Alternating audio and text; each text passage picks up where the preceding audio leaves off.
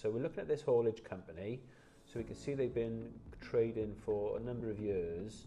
On the last set of accounts in September, that is September 2023, you can see they had a sharp rise there. You see from 2022, they had a sharp rise from 0 trade debtors to 229,000 trade debtors. So that seems like they perhaps won a contract rather than just doing work and getting paid immediately there or within 7 days. They're probably doing some sort of contract, would you say? Yeah, so increased turnover or potentially slower payment terms, yeah? Yeah, possibly, yeah. So they've taken on more and more work, and when they submitted their last annual accounts, there was outstanding £229,000.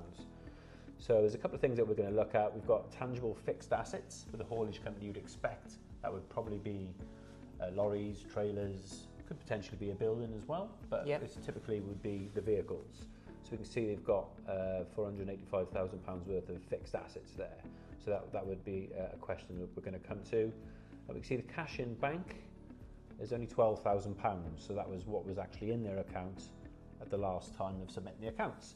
So just moving quickly down as well, just one last thing, I can see that their account reserve is around the £370,000 mark. So they've got retained profits from previous years by the looks of it. So here's a few things I would look at. So what if I'm going to speak to a customer, I would be asking why are your trade debtors that much outstanding? Is it becoming an issue? Is it putting a squeeze on your cash flow? What would you see if you saw trade debtors that high? What would that tell you? I would say exactly what you were saying there. That what's your cash collection like? Do you have a credit control process in place?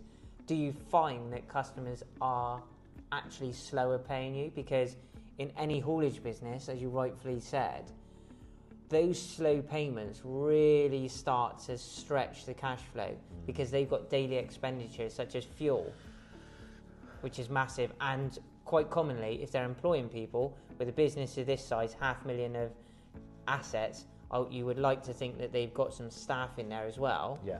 They're paying them on a weekly wage. Yeah.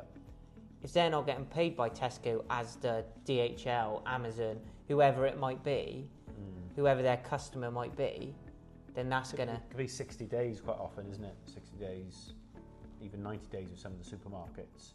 So what we're looking at there, is this a potential issue? And that's what we're trying to find out. Is that... Now the only problem is that this is publicly available information, but that is a year old. So I'd be asking, so what is it now? So that was September 23. We're now in October 24. What's that figure like now? And is it putting a squeeze on your working capital?